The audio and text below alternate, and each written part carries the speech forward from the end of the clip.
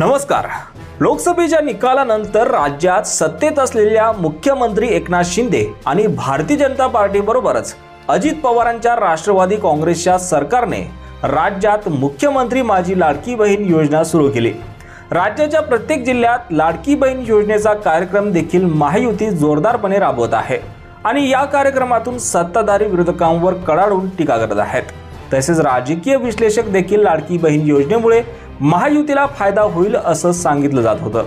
असं असताना मात्र भाजपच्याच एका आमदाराने केलेल्या धक्कादायक विधानाने येणाऱ्या विधानसभा निवडणुकीत महायुतीची अडचण वाढण्याची शक्यता आहे।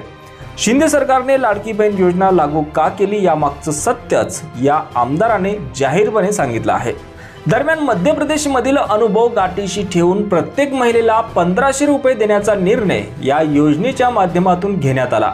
या योजनेसाठी यंदाच्या अर्थसंकल्पामध्ये 35,000 कोटी रुपयांची तरतूद राज्याचे अर्थमंत्री अजित पवार यांनी केली। या योजनेवरून आरोप प्रत्यारोपांच्या फेरी विरोधकांकडून झाडल्या जात असतानाच आता या योजनेवरून पुन्हा एकदा नव्या वादाला तोंड फुटलं आहे। भारतीय जनता पार्टीच्या एका आमदारानेच जाहीर सभेमध्ये मुख्यमंत्री माझी लाडकी बहीण योजना हा निवडणुकीसाठीचा जुगाड आहे असं विधान केल्याचा व्हिडिओ समोर आला आहे। आता या व्हिडिओवरून विरोधी पक्षांनी निशाणा साधला है।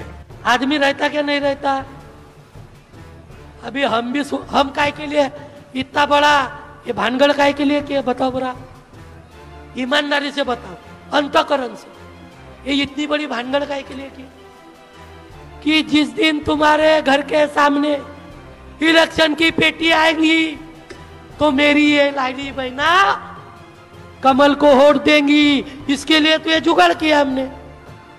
ये सब सही बोलते हैं, अपना झूठ बोले होंगे, मैं सही बोल रहा हूं। मेरी बात सही है क्या नहीं तो बताने का ये न करने का ये।